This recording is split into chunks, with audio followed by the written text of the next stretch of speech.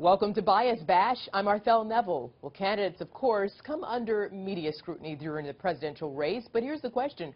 Are the candidates' supporters also fair game? This New York Daily News cover making waves this week, painting Trump supporters as brain-dead zombies. Joining me today with her take on this story is Pulitzer Prize-winning investigative reporter and Fox News contributor, Judy Miller. Good to see you, Judy. Nice to see you. So what do you make of that cover? Well, I think the Daily News has been doing more and more kind of exotic and outrageous and eye-grabbing or click-requiring front pages, and that's what you see.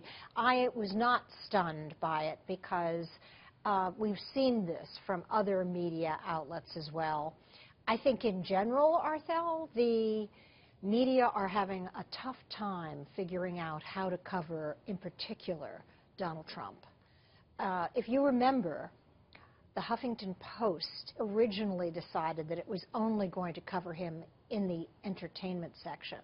Well, that lasted about 3 months, and then as the Donald support continued to grow, and it turned out that he wasn't just that kind of summer fling, but a serious candidate, they had to gradually eat their words and move him back into serious coverage. But I think the Huffington Post choice reflects a widespread discomfort with what one does about a man like Donald Trump, who will say anything, do anything, and not answer the questions that the media pose to him.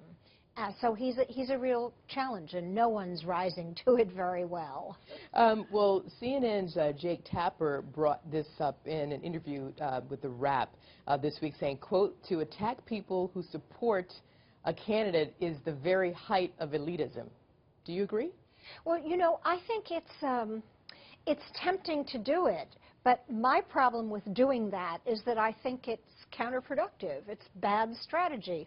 And we saw that from Donald Trump. The more his supporters were attacked, the more they rallied around him. And I think we've seen it to a lesser extent, but also it is an identifiable phenomenon with Bernie Sanders. I mean, in the beginning, the, quote, very liberal media did not pay attention to this self-declared democratic socialist, and so they missed, we all missed, the big story on the Democratic side, which was Hillary Clinton's weakness and the extent to which Bernie's message was resonating, particularly with young voters.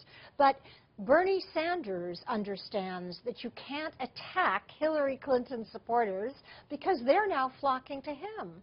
And Hillary Clinton has had to be very careful, as we saw with Madeleine Albright's assertion that there's a special place in hell for women who don't support other women. That's essentially attacking the young women who went in droves to support Bernie. So, you know, that really hurt her. And she's figured out that that won't work, and we saw in the debate on Thursday night that she has now veered away from that tact, and she wouldn't repeat what Madeleine Albright said. In fact, she kind of dissed her old friend by calling her an old friend who's been saying that for a long time. So, yes, you can do it. You can attack the supporters of another candidate at your own peril. And we leave it there. Always good to talk to you, Judy. Thank you very much. And to hear more media analysis on this week's top headlines, catch Media Buzz with Howard Kurtz Sundays at 11 a.m. Eastern and again at 5 p.m. Eastern on the Fox News Channel. I'm Arthel Neville. Thanks for watching.